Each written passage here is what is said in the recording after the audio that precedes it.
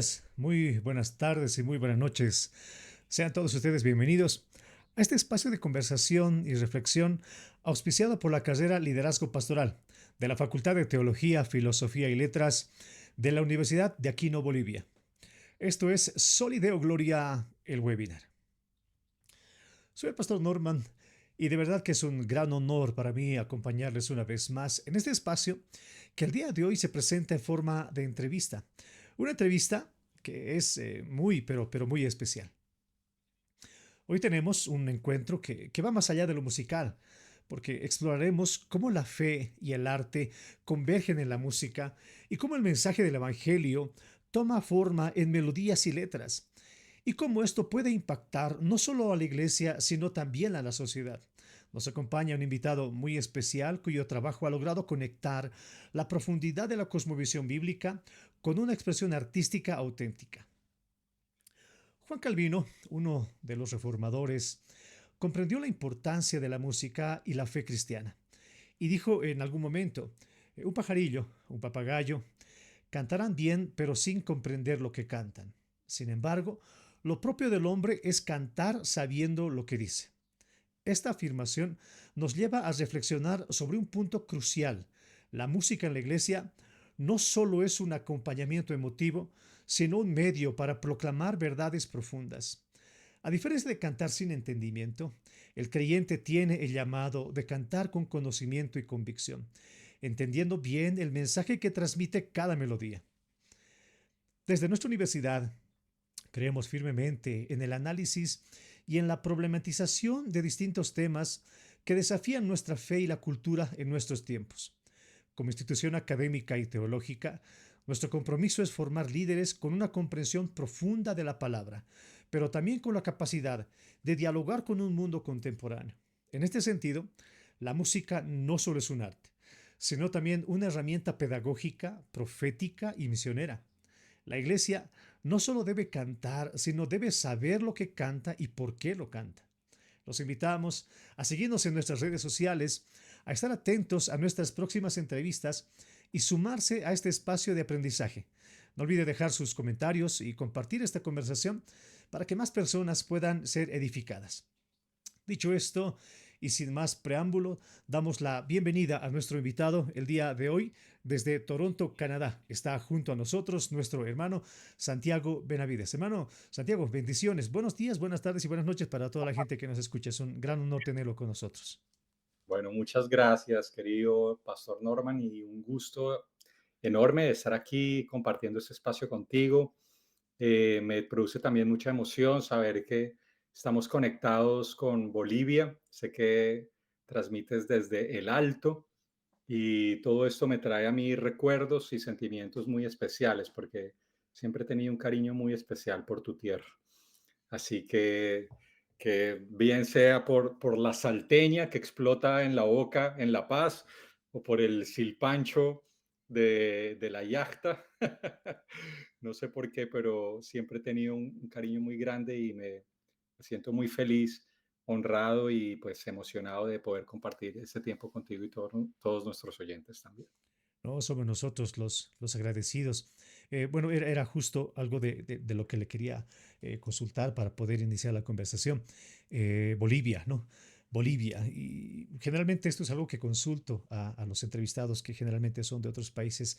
¿Qué les viene a la mente cuando hablamos de Bolivia?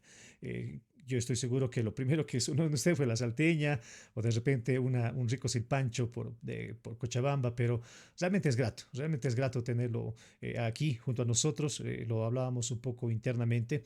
Estamos seguros que esta conversación va a dar luces sobre muchos aspectos en los que se tienen que analizar. Muchas gracias, muchas gracias.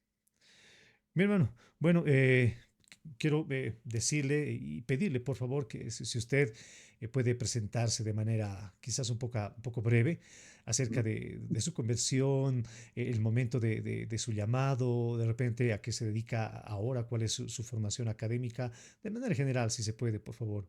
Claro que sí. Bueno, me llamo Santiago Navíes, tengo 47 años.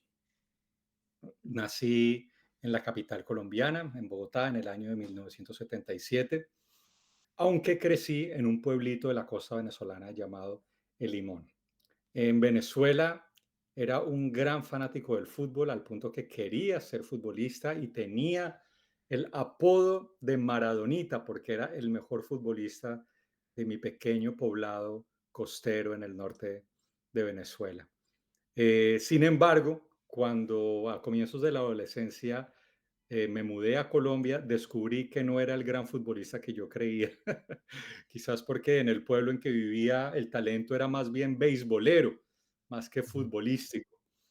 Así que yo, que siempre juré que era un gran futbolista, una gran promesa del balompié, me di cuenta de que realmente pues tenía más bien otros talentos y yo siento que ese choque existencial terminó arrojándome a los brazos del arte, por decirlo de alguna manera. Yo tendría unos 13, 14 años cuando agarré por primera vez una guitarra y más o menos a finales de mis 14 años, mis padres estaban en una situación económica muy estresante. En medio de eso, empezaron a buscar respuestas existenciales, eh, ideas, pensamientos, filosofías que de alguna manera los ayudaran a sobrellevar esta situación tan difícil que estamos afrontando como familia. Y en medio de eso, una amiga de mi mamá, llamada Silvia Garner, a quien estaremos por siempre agradecidos, insistió muchísimas veces para que fueran y la acompañaran a la iglesia. Silvia era cristiana. Mis padres no querían, pero esta creyente se había tomado a pecho aquello de insistir a tiempo y fuera de tiempo. Así que un día ya mis padres, agotados ante la insistencia de nuestra amiga Silvia, decidieron acceder a la invitación y para nuestra sorpresa, y debo decir consternación en su comienzo, ujú, regresaron a casa disque evangélicos. Eso a nosotros nos parecía lo más raro del mundo. Cada uno con un biblión Reina Valera en forro marrón, nos parecía una cosa rarísima. Eh, pero así fue que mis padres primero llegaron a la iglesia. Yo me acuerdo haberle jurado a mi papá que nunca pondría un pie en esa secta. Me acuerdo mm, haber utilizado esas palabras a la cual estaban asistiendo. Mis padres, tranquilos, respetaron la decisión, pero llegó el día en que mi padre y mi madre se bautizarían, así que me dijeron, hijo, para nosotros es importante que vayas hoy. Y yo fui con mucha prevención, pero contrario a mis ideas, lo que me encontré fue un grupo de gente muy amable, muy bella, cantando con una devoción que yo no había visto en ningún otro grupo de ninguna denominación antes, aunque no es que fuera muy asiduo de ninguna de ellas. Em, y esta gente estaba cantando una canción que hasta el día de hoy recuerdo. Cantaban, "Oh, deja que el Señor te envuelva en su espíritu de amor", un coro que algunos seguro recordarán. seguro. Y después de esto pasó un hombre a contar que había sido un borracho, pero desde que había conocido el evangelio ya no lo era. Y al preguntar al final de su testimonio si alguien más quería experimentar el cambio de vida que Jesús traía, yo levanté la mano. Y ese fue el comienzo de mi caminar con el Señor. Yo tendría a la sazón unos 14 años. Y el momento en que eso se encuentra con la música fue cuando al cabo de unas pocas semanas, si mal no recuerdo, como imaginarán, han pasado ya muchos años y la memoria se vuelve algo nubosa después de más de 3 décadas, pero al cabo de unas semanas visitó nuestra iglesia un grupo proveniente del lejano sur del continente, el trío Mar del Plata, que algunos seguro también recordarán. Como su nombre lo indica, eran tres y venían de Mar del Plata, Argentina, y pasaron al frente a cantar unas canciones con un mensaje, con una poesía, una excelencia musical, estos atuendos latinoamericanos, sus Mm, ponchos, bombos, guitarra, qué voces, qué armonía, qué poesía, qué mensaje tan relevante y tan bien articulado. Yo quedé realmente admirado cuando los vi pararse en la plataforma y al instante de verlos supe que esa sería mi vocación, que ese sería mi camino. Y así se lo dije a Dios, le dije, esto es lo que yo quiero hacer el resto de mi vida. bueno, Así que ahí empezó todo y bueno, para hacer corta la historia después, estudié música, después estudié teología, terminé mis estudios en teología. Hoy en día vivo en la ciudad de Toronto, Canadá, y aquí soy pastor ordenado por la Alianza de este país. Que qué bendición, qué grato es saber cómo Dios de alguna manera va trazando nuestros caminos en su sabiduría, ¿no es cierto? No puedo dejar de preguntarle esto. Usted viene de una Colombia donde se vive el fútbol, ¿no es cierto? Necesariamente tengo que preguntarle, hincha de qué equipo en Colombia.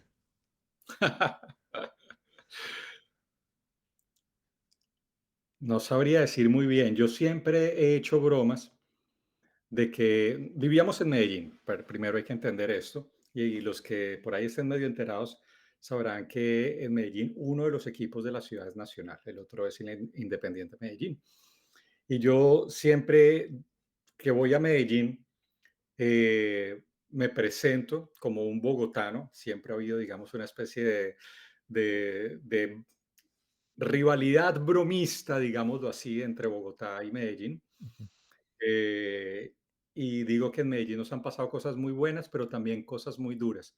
Entre ellas, que nuestros hijos se volvieron hinchas de Nacional.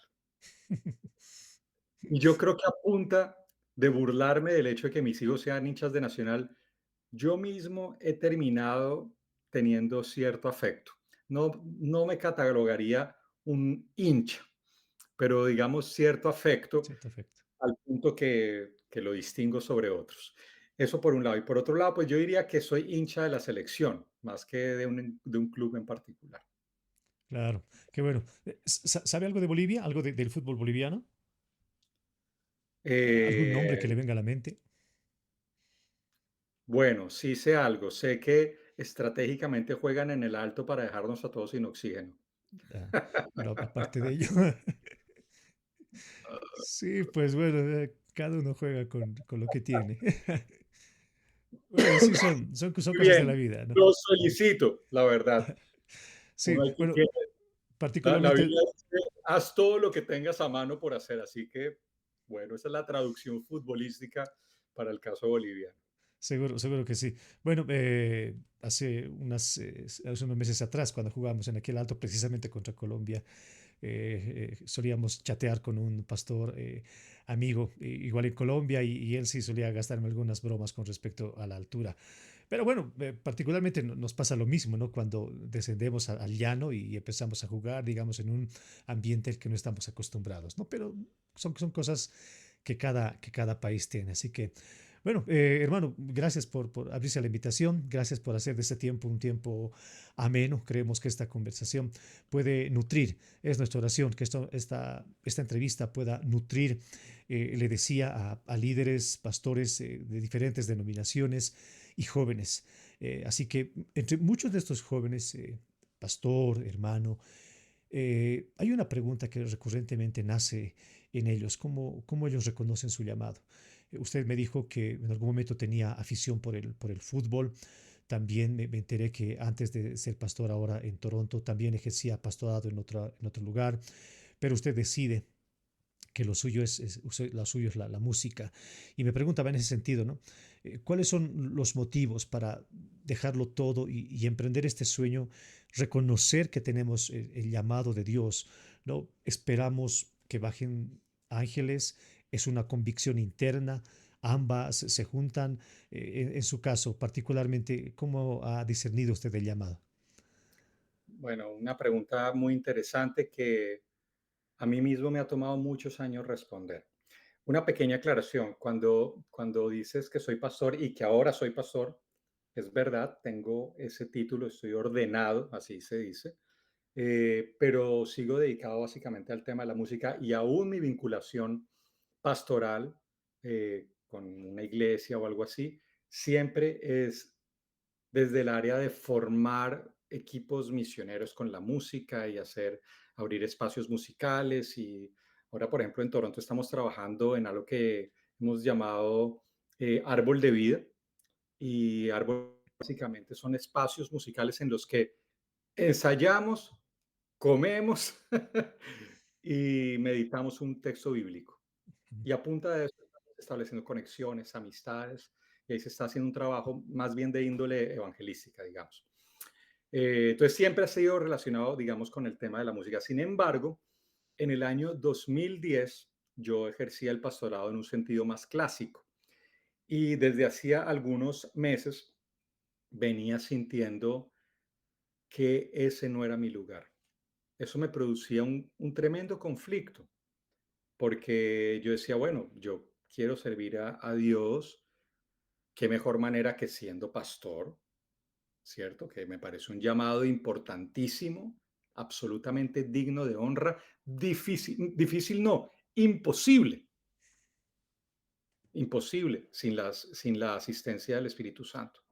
¿Sí me explico? Es un trabajo imposible de hacer en las fuerzas humanas. Una persona puede pretender, puede tratar de hacerlo a punta de talento, pero tarde que temprano se va a derrumbar ante la imposibilidad de una tarea que solo puede ser hecha con recursos sobrenaturales. Habiendo dicho eso, eh, yo empecé a sentir que mi lugar era otro.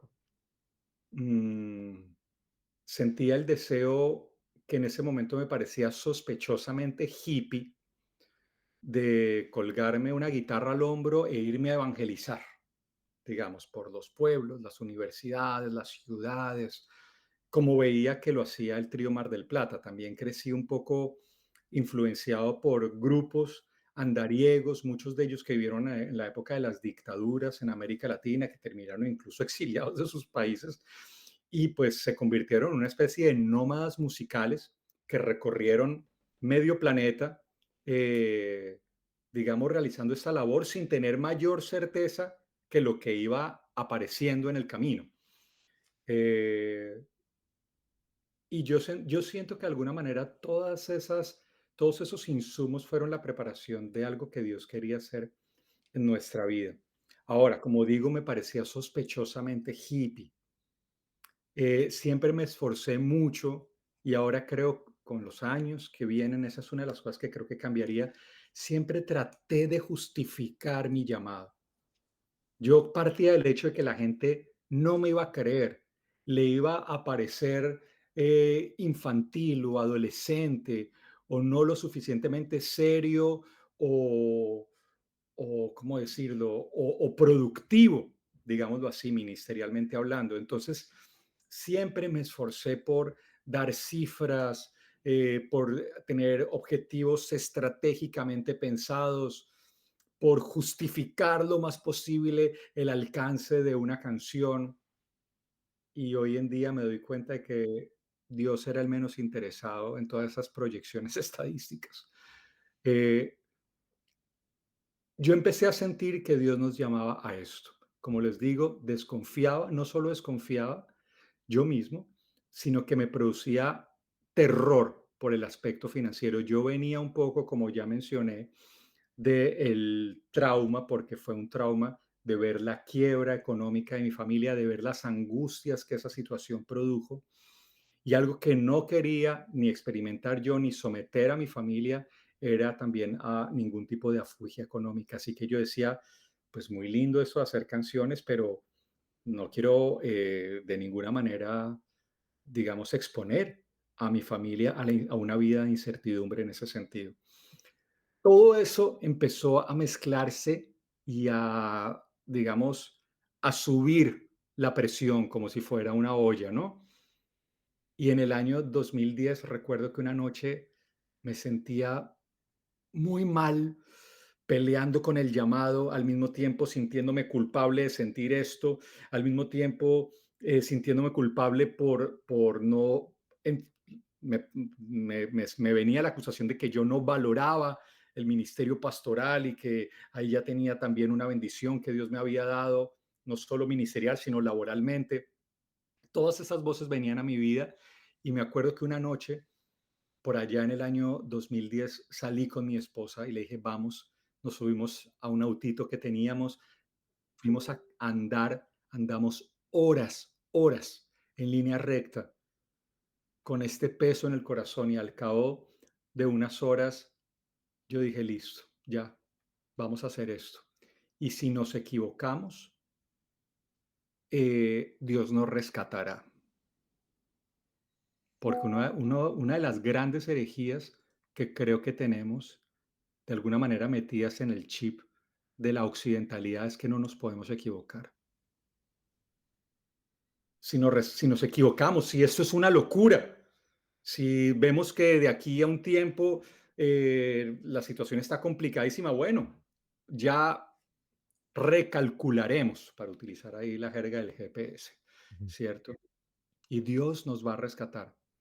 Pero le dije yo a Dianita, me acuerdo haberle dicho eso, le dije, prefiero que el día de mañana, si Dios nos da vida, tengamos 70, 80 años y podamos decir, sentimos este llamado y respondimos a este llamado, a decir, sentimos esto, pero nos morimos de miedo y nunca lo hicimos. Eh, Prefiero esto. Claro. Ahora, una cosa que debo decir antes, porque hasta el momento todo se ve así muy místico, y creo que es importante mencionar dos elementos muy puntuales. Lo primero, había indicios de que este podía ser un llamado legítimo. Es decir, yo había estudiado música, yo tenía una vocación en ese sentido.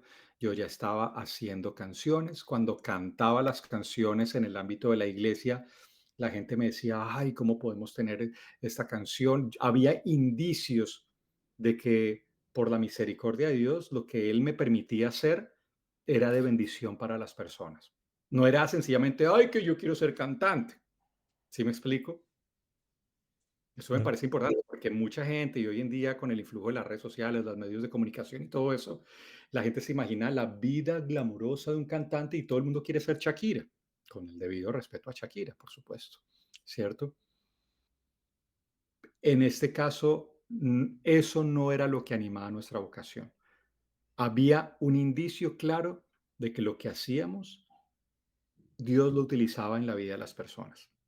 Eso es una primera cosa. La segunda cosa es que esta decisión, este proceso de pensamiento estuvo acompañado de muchas conversaciones con personas sabias, maduras en su fe y en el conocimiento de la palabra y que nos amaban.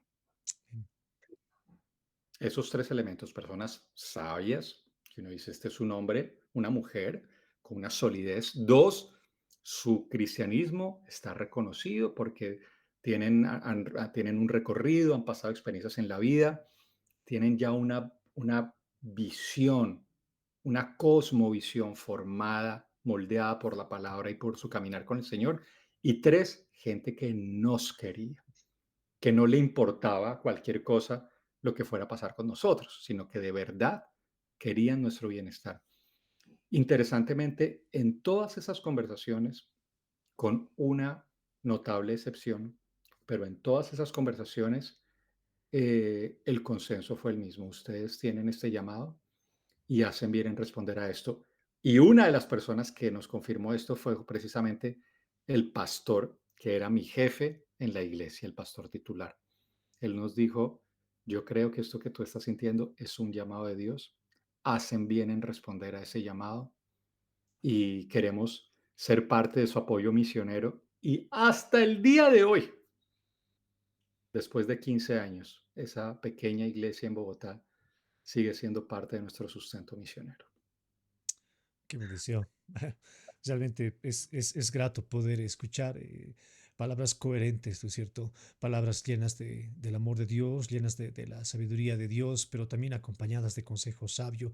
Yo creo que es algo que debemos de buscar todos constantemente. Me parece realmente importante el poder ir identificando todo esto, porque esto es lo que va a dar pie a cómo nos desenvolvemos, ¿no es cierto?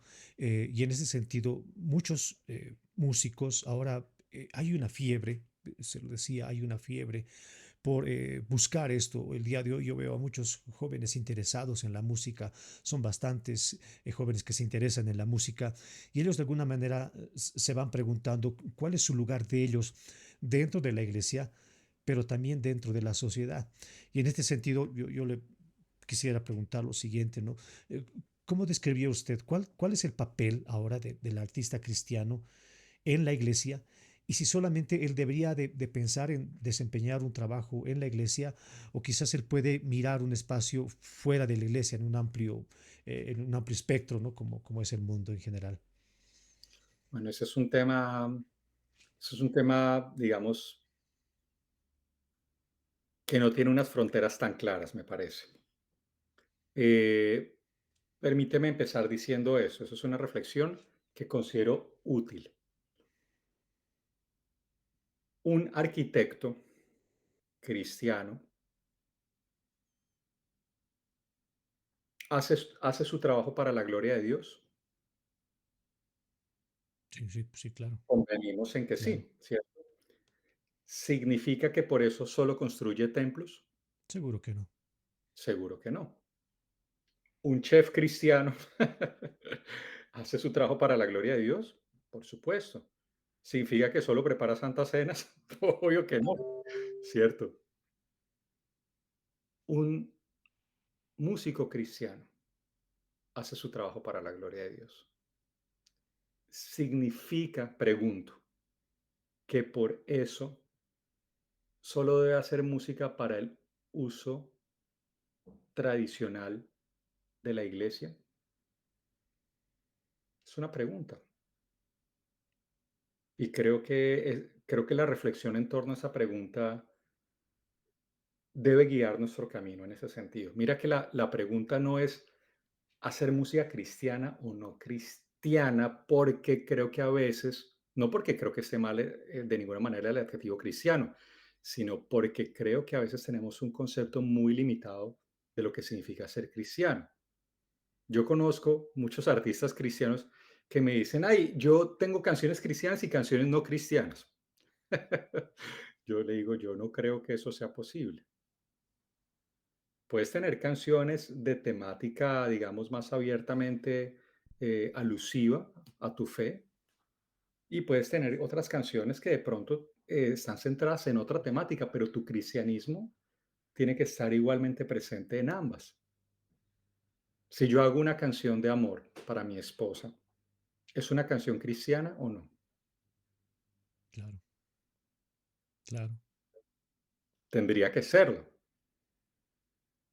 Hay gente que me dice que lo que le gusta o lo que no le gusta, dependiendo, eso depende de cada quien con su postura, de un personaje como Juan Luis Guerra, por ejemplo, es que tiene canciones cristianas y canciones no cristianas, ¿cierto? Yo, con todo respeto, difiero de esa opinión.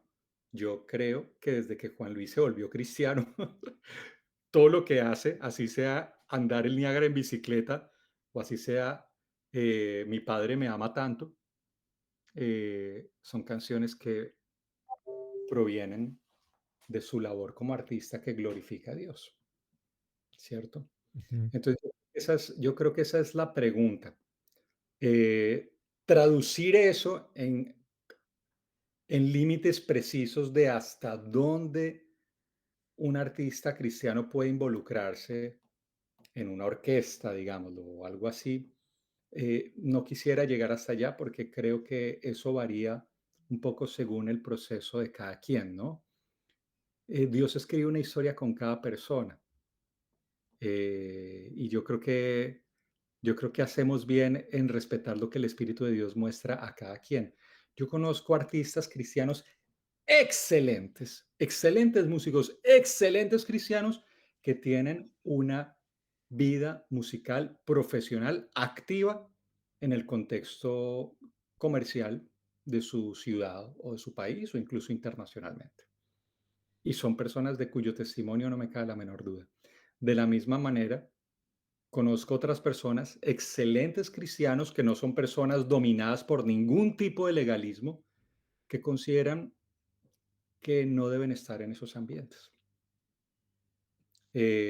¿Cuál de ellos está en lo correcto? Es algo que no quisiera juzgar yo. Pero yo creo que la pregunta que nos puede iluminar es, ¿lo que hacemos es para la gloria de Dios? Y nuevamente, volviendo a la comparación con el arquitecto y el chef, preguntarnos, ¿significa eso que solamente podemos hacer música con temática abiertamente, voy a utilizar esta palabra con cautela, religiosa? Yo creo que esa es la pregunta que nos puede iluminar en ese camino. Claro. Bueno, y en este sentido, eh, todo lo que hacemos debería de glorificar a Dios, ¿no es cierto? La Biblia, la carta a los Corintios lo menciona, que todo lo que hagamos, ya sea que comamos o que bebamos, deba ser para la gloria de Dios. Entonces, eh, a- a- vamos a la iglesia y damos gloria a Dios, por supuesto que sí. Cuando leemos la Biblia, damos gloria a Dios. Cuando manejamos nuestra movilidad, damos gloria a Dios. Cuando estamos en nuestros trabajos, estamos dando gloria a Dios. Y esto Claro, debería aplicarse en todo lado y en todo sentido, ¿no es cierto? Ahora, mire, es verdad que sí, digamos, hay gran diferencia entre cómo se interpreta la música y el contenido de la letra en este sentido. Ahora, el día de hoy, en la música en general, encontramos de todo, ¿no? Encontramos desde letras en la música en general que son poesía pura, ¿no es cierto? Pero que tienen problemas fuertes con el tema de la ética. Encontramos canciones a título de protesta social, encontramos bastantes canciones referentes a ella, encontramos títulos que de alguna manera van denigrando no solamente a la mujer, denigran el matrimonio, denigran la relación que debe haber entre el matrimonio.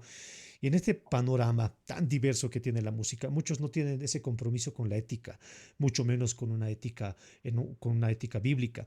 Pero sí la canción de aquella persona que glorifique a Dios o que quiere glorificar a Dios con lo que hace, yo creo que tiene un fuerte compromiso para poder vincular su fe y todo lo que implica su fe en sus letras, ¿no es cierto? Y ahora, esta es mi pregunta para ti. ¿Cómo encontramos el equilibrio? ¿Cómo tú encuentras el equilibrio entre la profundidad teológica, pero a la vez que tenga relevancia cultural en el torno de la música ok, muchas gracias.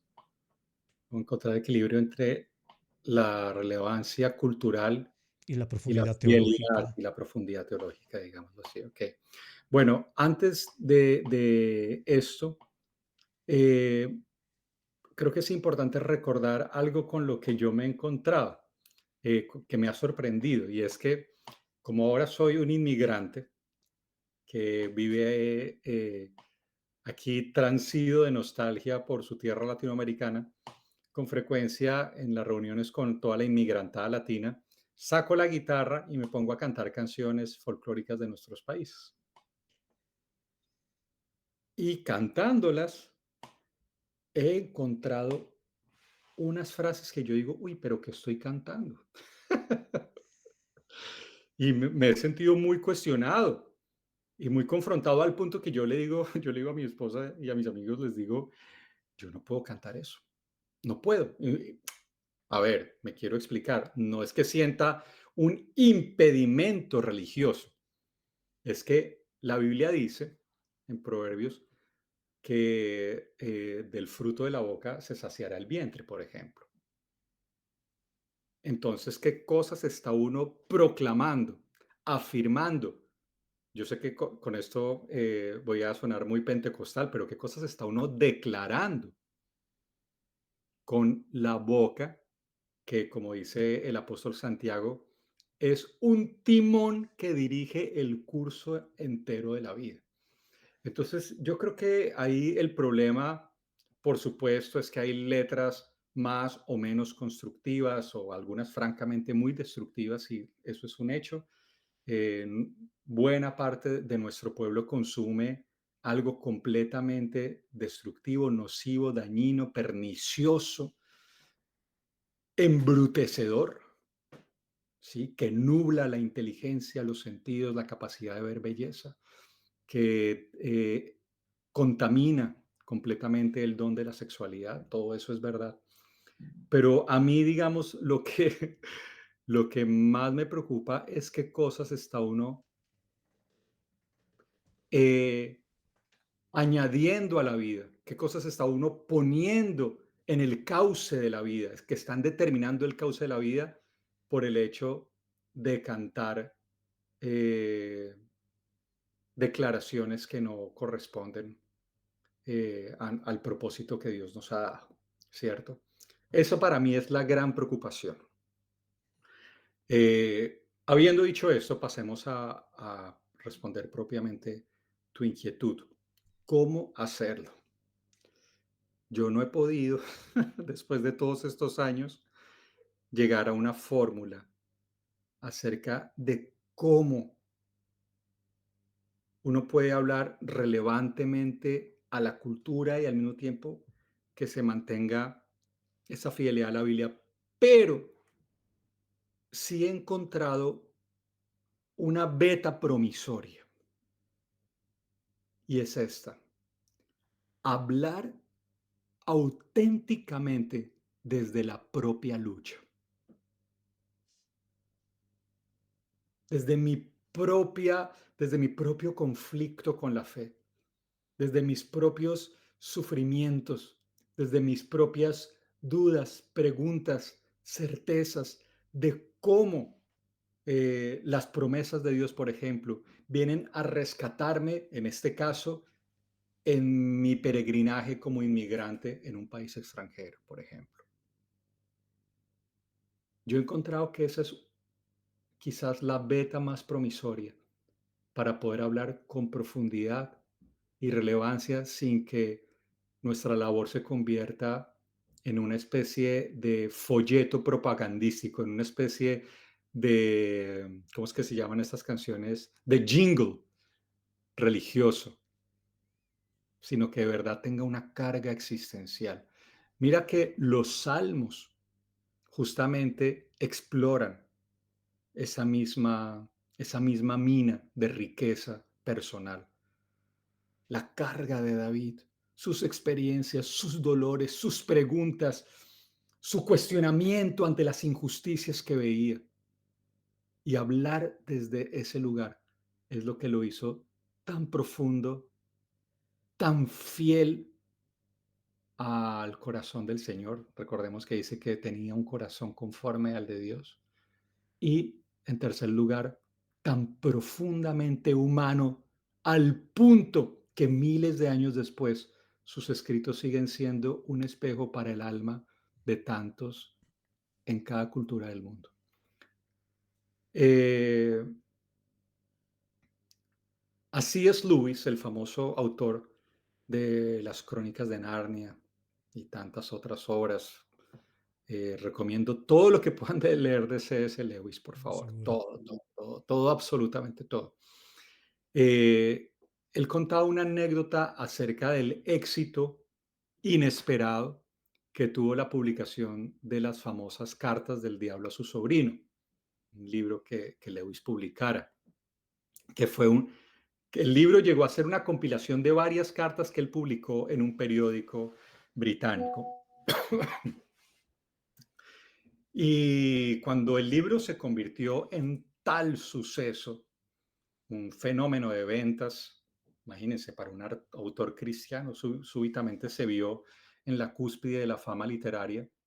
La gente le preguntaba de dónde sacaba él la sabiduría para escribir sobre estas estrategias del enemigo y advertirnos con tanto acierto. Y él dijo, esa pregunta me ponía en muchas complicaciones porque la única respuesta posible era de mi propia lucha con el pecado. La Sí, fuente de su sabiduría no era que él veía que eso le pasaba a los demás y él tenía que advertirles, no, era que él se daba cuenta en sus luchas, en sus preguntas, en sus contradicciones, en sus flaquezas, el modus operandi del enemigo también. Y cómo Dios lo rescataba de esas flaquezas. Así que yo diría que volviendo a la pregunta, ¿cómo producir una canción, un poema, una obra de arte, un sermón que sea al mismo tiempo fiel al ancla de la palabra y al mismo tiempo relevante a la vida, a los vecinos, a la familia y a nosotros mismos? Yo diría que el, el, el sí, digamos, el origen de ello debe ser nuestras propias luchas, nuestra vulnerabilidad. seguro que sí. Bueno,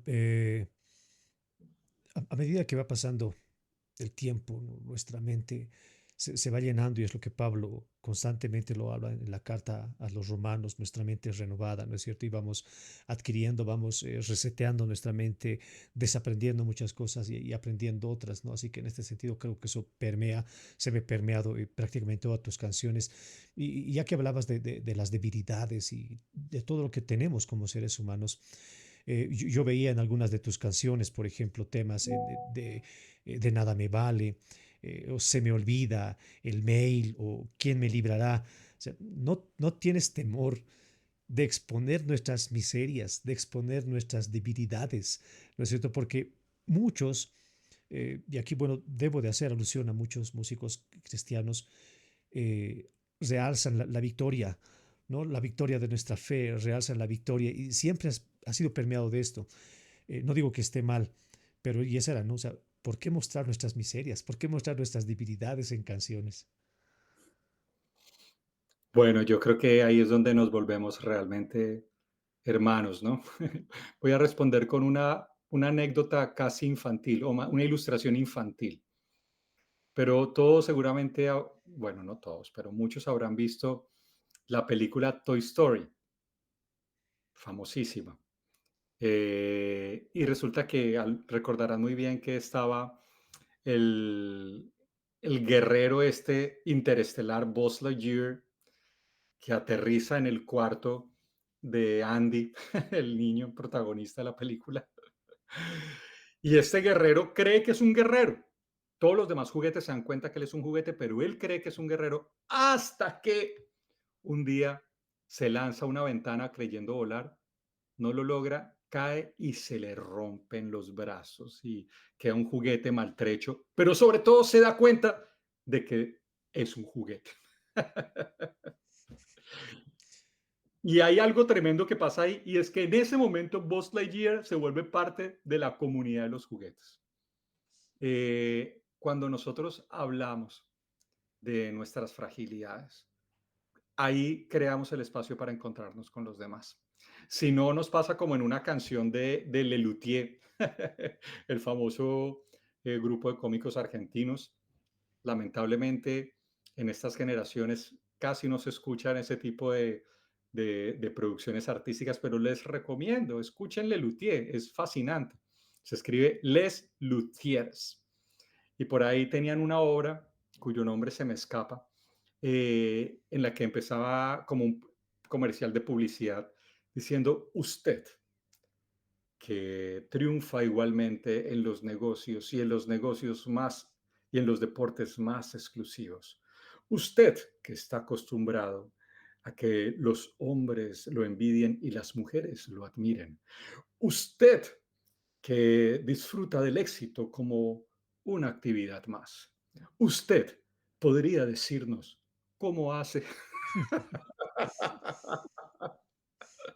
Claro, porque hablar de que todo va bien, lo único que suscita es esa pregunta, ¿este tipo cómo hace? A mí me llama mucho la atención algo muy bello del Salmo 34. Dice, dice, mis labios alabarán al Señor por siempre, su alabanza estará de continuo en mi boca. Y hay una parte que dice esto, mi espíritu se gloria en el Señor. Y dice algo tremendo, dice, y lo oirán los humildes y se alegrarán. Me parece fascinante, porque ¿de qué se gloria tu espíritu? ¿De qué se gloria tu espíritu? Que trae alegría al humilde. Porque si tu espíritu se gloria en un BMW, y eso es lo que posteas en las redes sociales, eso no trae alegría al humilde. Eso trae descomposición social, porque el muchacho pobre quiere tener eso, y si no lo logra, pues de alguna manera positiva, pues lo logrará de otra, destructiva. No estoy de ninguna manera justificando ninguna opción equivocada.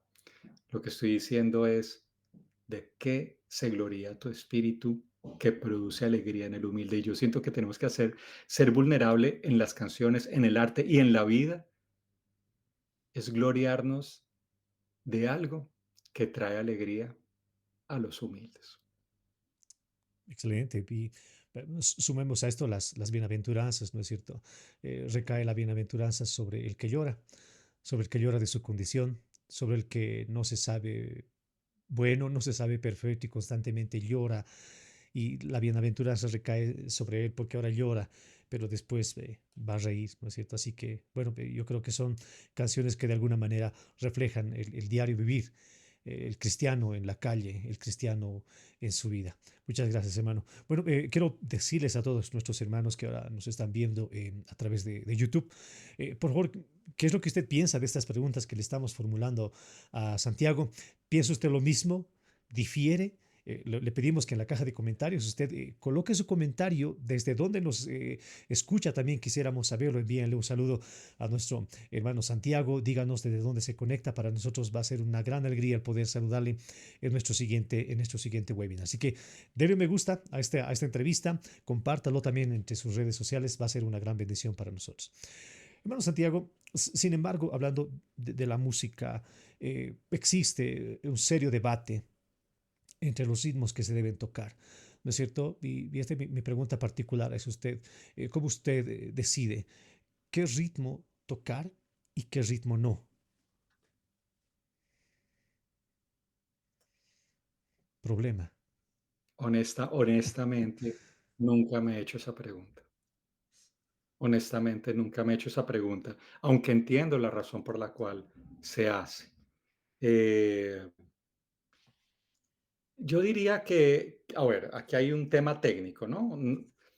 Cuando uno habla de ritmo, el ritmo no es lo mismo que género musical. Y cuando hablamos de ritmo, básicamente estamos aludiendo a uno de los cuatro elementos constitutivos de la música, que son, a saber, el ritmo es el elemento sin el cual no existe la música. Ya me voy a explicar. La melodía, la melodía es, por así decirlo, la cancioncita, ¿sí? La. Esa es la melodía. Ahora, el ritmo puede existir sin melodía. Si yo digo, eso es música, no tiene melodía, pero tiene ritmo. El tercer elemento es la armonía.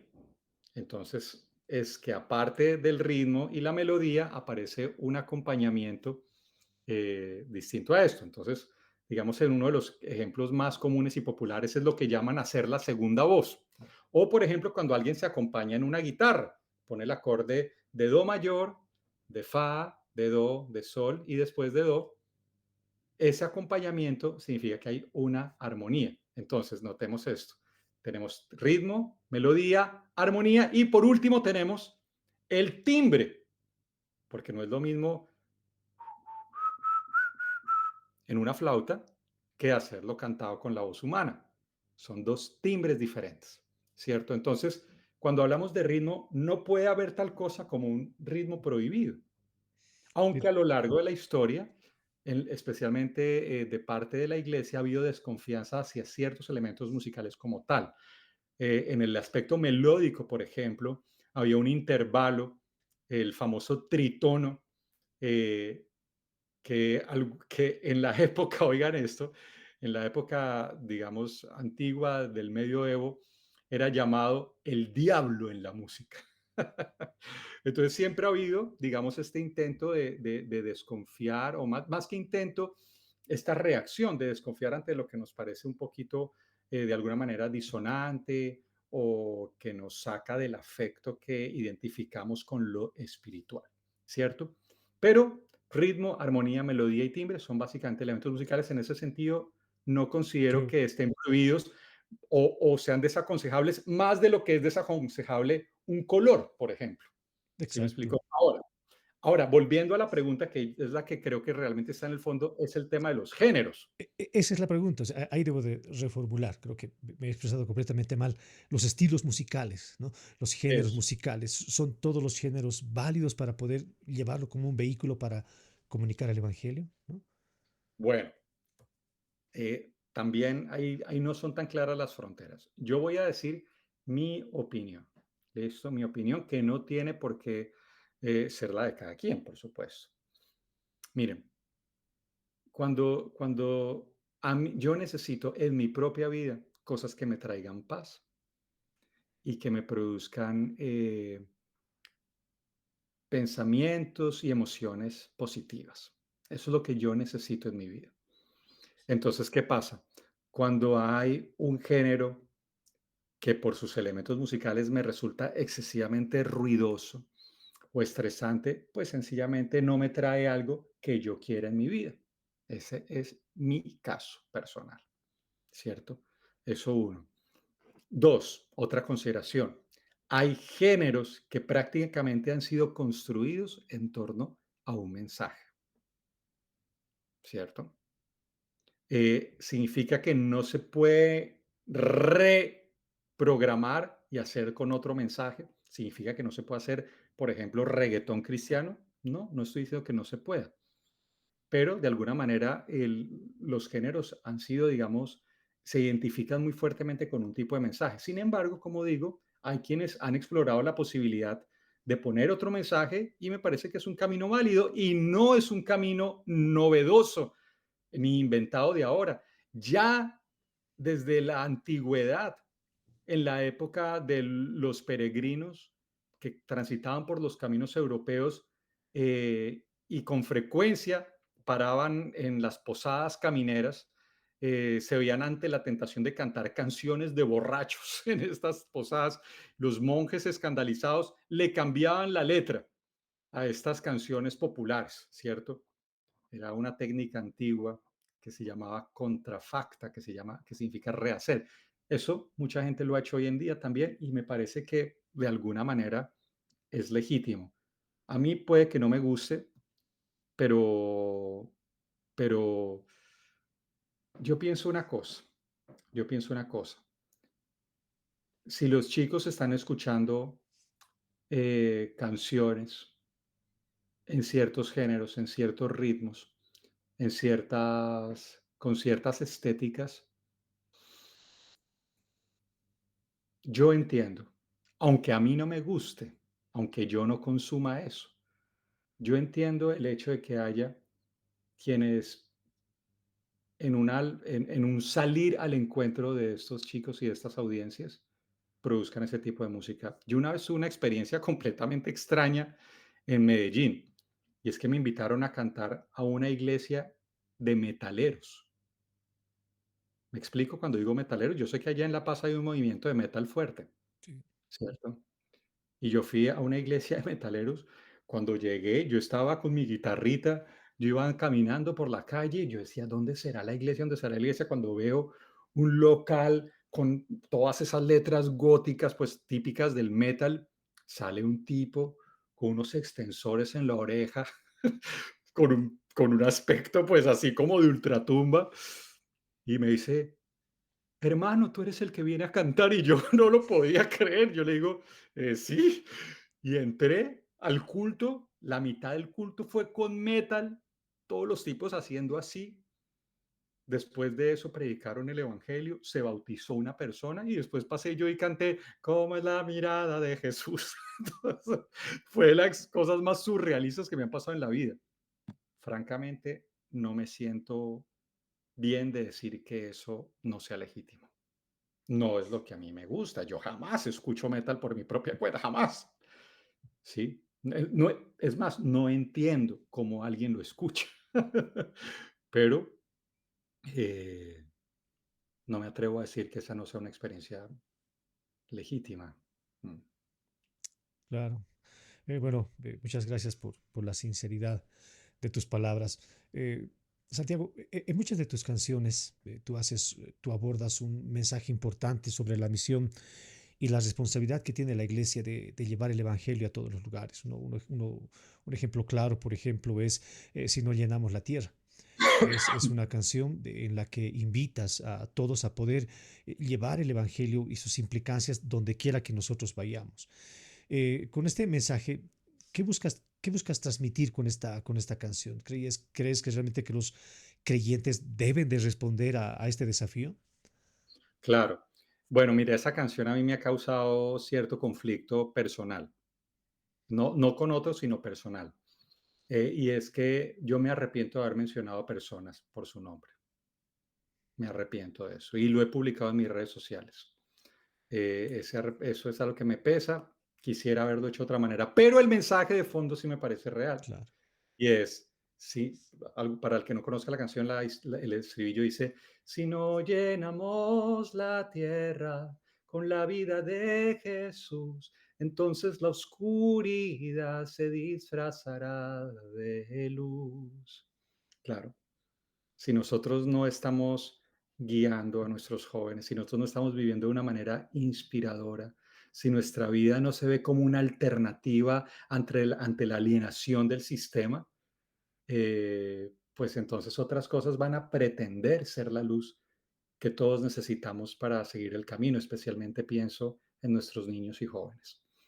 Entonces, sí, de ahí salió la canción, es una canción surgida básicamente de mi celo como papá, porque tengo 2 hijos, y cuando compuse la canción, mis 2 niños estaban chiquitos, los veía escuchando un montón de canciones con mensajes nocivos en la ruta del colegio, y yo decía: "Guau, ¿cómo vamos a contrarrestar esto?". Y la manera de contrarrestar, por supuesto, no es solamente produciendo cierto tipo de canciones, sino sobre todo viviendo de una manera que ellos los inspire. Y para eso necesitamos la ayuda del Espíritu Santo. No hay manera de hacerlo sin eso. No hay manera de vivir una vida cristiana eh, sin el Espíritu Santo, porque si no es legalismo puro y el legalismo sí que repele a un joven. No hay nada más antiniño y antijoven que el legalismo. Una de las cosas más asombrosas para mí de las afirmaciones que trae el Evangelio es el hecho de que a Jesús se le acercaban los niños. Rara vez nos detenemos, yo he escuchado exégesis muy importantes, muy sesudas, muy hermenéuticas y toda la cosa de esa frase, pero hay un hecho claro y evidente, y es esto. Jesús tenía una, pongámoslo en esta palabra que yo sé que va a hacer que algunos salten, tenía una vibra que hacía que los niños se le acercaran, que hacía que los niños dijeran, uy, yo quiero estar cerca de él, que los jóvenes quisieran estar cerca de él, ¿cierto? Yo me pregunto, para mí, no pensando en nadie más, pero para mí, yo en mis épocas de profesor de teología, en mis épocas de exégeta sesudo de las escrituras, he tenido el tipo de carácter y sencillez que hace que los niños se quieran acercar o no. Entonces, para volver a tu pregunta, sobre esta canción en particular, la respuesta no es, así que tenemos que vivir una vida recta, pero surgida del legalismo. Ay, te dejé de ver, ¿puedo verte? Bueno, sí, sí, sí, yo lo veo, no se preocupe. Pero me hace falta verte, si es posible, porque si no Ahora me sí, quedo, no, no se preocupe. me quedo sin interlocutor. Pero Siempre he sido malo para hablar a las pantallas. Si no tengo un rostro, siento que mit- me quedo en un silencio. ahora mismo lo solucionamos. Ahora mismo lo solucionamos. Bueno, muchas gracias. Bueno, te seguía diciendo, entonces, sí creo que tenemos que llenar la vida, la tierra de la vida de Jesús, si no la oscuridad se llenará de luz, pero no podemos hacer eso desde la seca religiosidad, que es lo más feo y lo más repelente para un niño y un joven, ¿no? ¿Qué tenía Jesús que los niños y los jóvenes se le acercaban? Esa es la pregunta. Mm. No, de seguro que sí, pero si de algo que sí te sirve, yo creo que, bueno, el que hayas decidido el mencionar nombres, yo creo que ejemplifica de manera profunda el mensaje. Así, yo creo que quizás sí tienes una lucha ética dentro tuyo, pero yo creo que ilustra de manera excepcional el mensaje. Así que por ese lado, creo que el mensaje es claro. El mensaje es que si es que la iglesia no lo hace, la iglesia no llena ese campo, otro lo va a llenar. debemos de asumir nuestro compromiso con nuestra fe, debemos de asumir nuestro compromiso con la misión, que es el trabajo que todos los creyentes tenemos, no solamente con la música, con nuestro trabajo, con nuestro arte, con nuestro estudio, donde sea que nosotros nos vayamos y donde nosotros nos dirijamos. Santiago, ya llegando a la parte final de nuestra entrevista, yo estoy seguro que esta charla va a servir de mucho a jóvenes que hoy ven en, hoy ven en artistas que han alcanzado cierta popularidad bien ganada, seguro que sí, pero muchos de los jóvenes ahora ven esta popularidad como un fin en sí mismo. Y en este sentido quiero pedirte tu consejo para todos aquellos jóvenes que emprenden este viaje musical. ¿Qué consejo les darías a estos jóvenes? ¿Cómo ellos pueden discernir su llamado, si realmente es genuino, si sus motivaciones son sanas, si o de alguna manera son absorbidos por la popularidad, ¿no? O por el entretenimiento?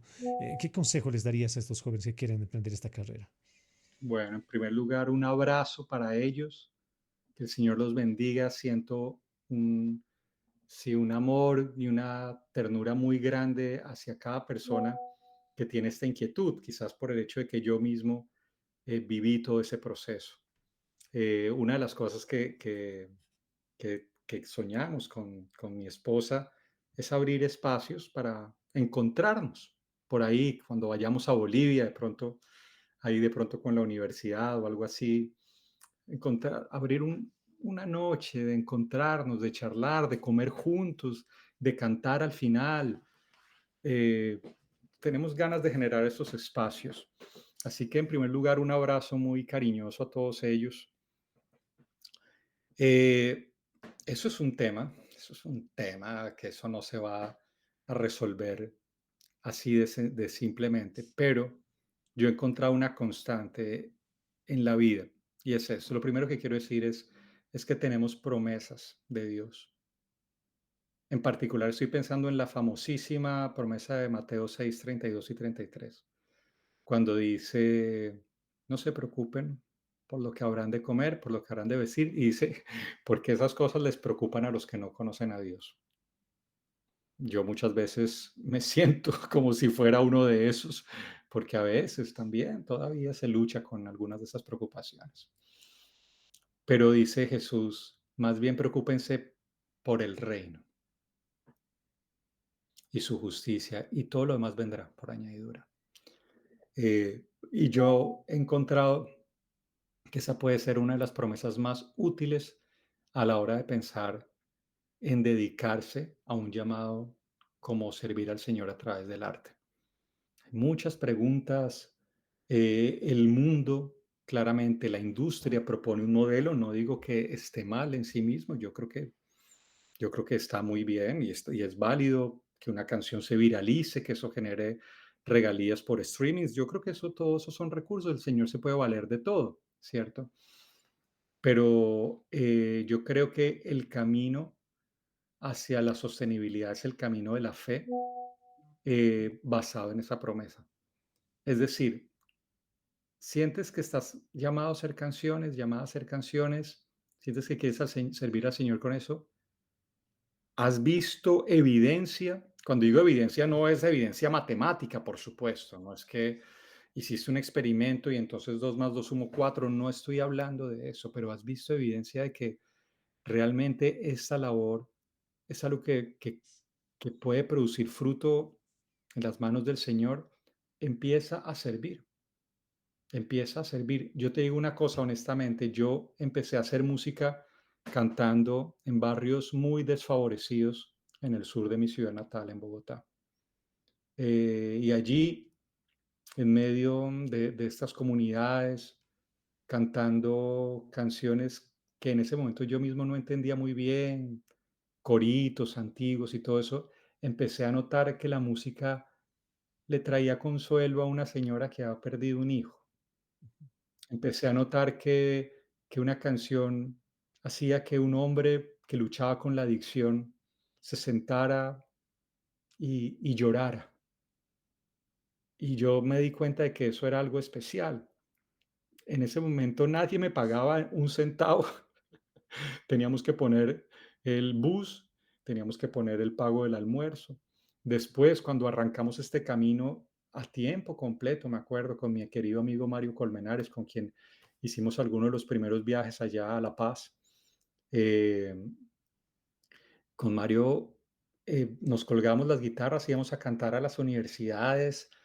eh, los grupos universitarios nos daban la mejor ofrenda posible, que serían, no sé, $20, $30, y después nos daban el almuerzo, nos invitaban a dormir a la casa de alguno de ellos. Todo empezó así. Y todo empezó así. Hoy en día, por la misericordia de Dios, vivo de esto.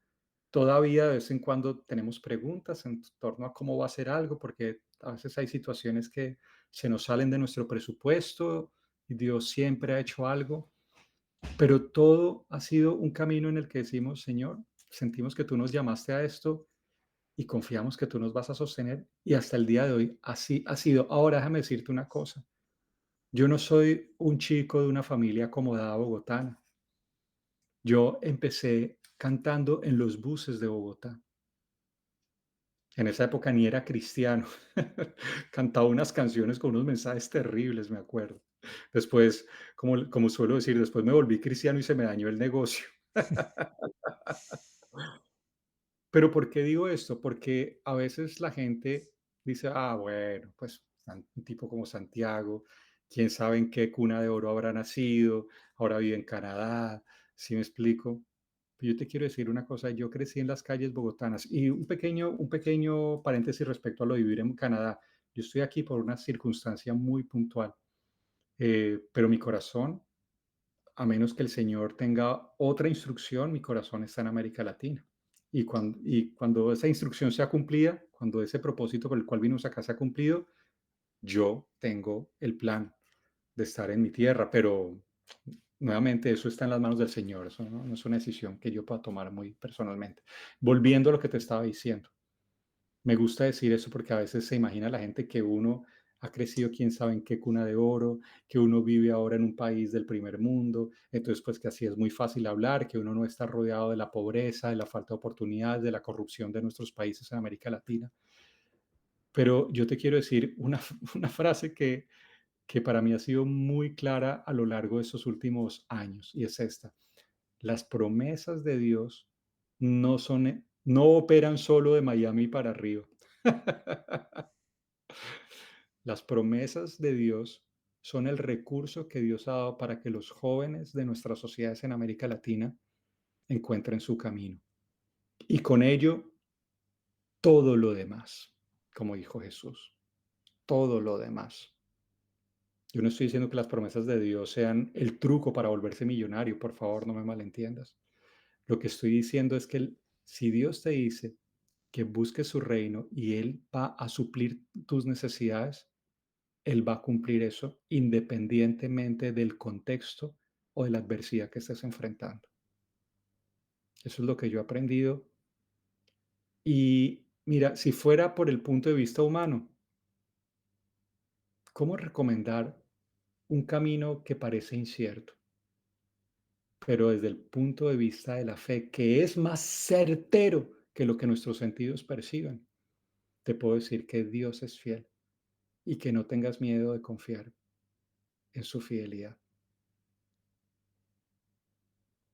Bien, muchas gracias, Santiago. Yo estoy seguro que la influencia que trae tu música, sumada a tus palabras, sumado a todo esto, el consejo de Dios, una cosmovisión bíblica sólida, puede dar buenos fundamentos a muchos jóvenes que quieren realizar este trabajo.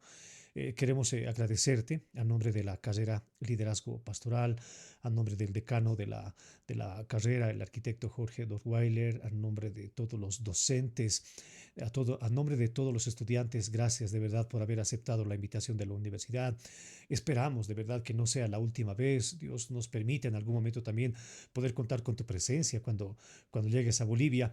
Tienes la Claro, oportunidad, gracias a Dios, de poder eh, hacer que tu música se escuche no solamente en ambientes religiosos, tienes la oportunidad de que tu música se escuche en radios seculares, mucha gente que no conoce al Señor tiene aproximación con tu música y que escuche lo que realmente el Evangelio significa y implica en sus vidas, yo creo que es un gran avance del reino. Así que te bendecimos, damos gracias a Dios por tu vida, es nuestra oración.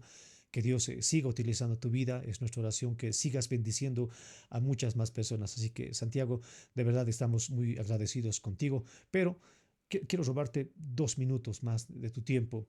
En Claro, Bolivia, ahora nosotros en este año estamos recordando los 200 años de independencia, el año del bicentenario se ha denominado así, y todas las actividades se enmarcan en este sentido. Así que quiero pedirte un saludo para Bolivia en este su bicentenario, un saludo para la iglesia en este bicentenario, el mensaje que tú le darías a esta nuestra tierra con tantas luchas, luchamos y tenemos tantos desafíos en medio de un mundo corrupto, en medio de un mundo con tantas dificultades. Sin embargo, a nosotros nos toca hacer misión acá, nos toca predicar el Evangelio acá. Por favor, Santiago, tus últimas palabras para Bolivia. mi Bolivia del alma, cuánto te quiero. Te quise desde que te vi por primera vez, desde que por primera vez tuve la bendición de aterrizar en el Alto, desde que tuve el regalo tremendo de perderme en tus montañas. Me acuerdo que fuimos por los lados de Tuni con Doriri en alguna ocasión a una expedición, cuando vimos el altiplano, la amplitud.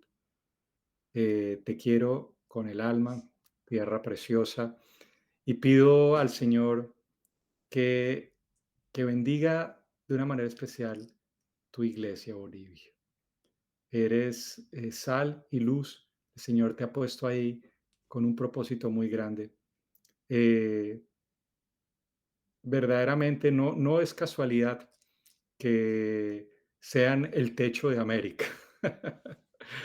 Y creo que una ciudad puesta en lo alto no se esconde, sino que brilla su luz, no solamente para Bolivia, sino desde Bolivia para el mundo. Así que, iglesia preciosa, sigue adelante, no cejes en tu empeño, hay situaciones adversas, pero yo he vencido al mundo. Recuerda que el Señor te dice eso, yo he vencido al mundo, dice la palabra del Señor. Los abrazo, hermanos, con mucho afecto, con mucho cariño y con un deseo muy hondo de verlos pronto. Amén. Muchas gracias, de verdad, Santiago.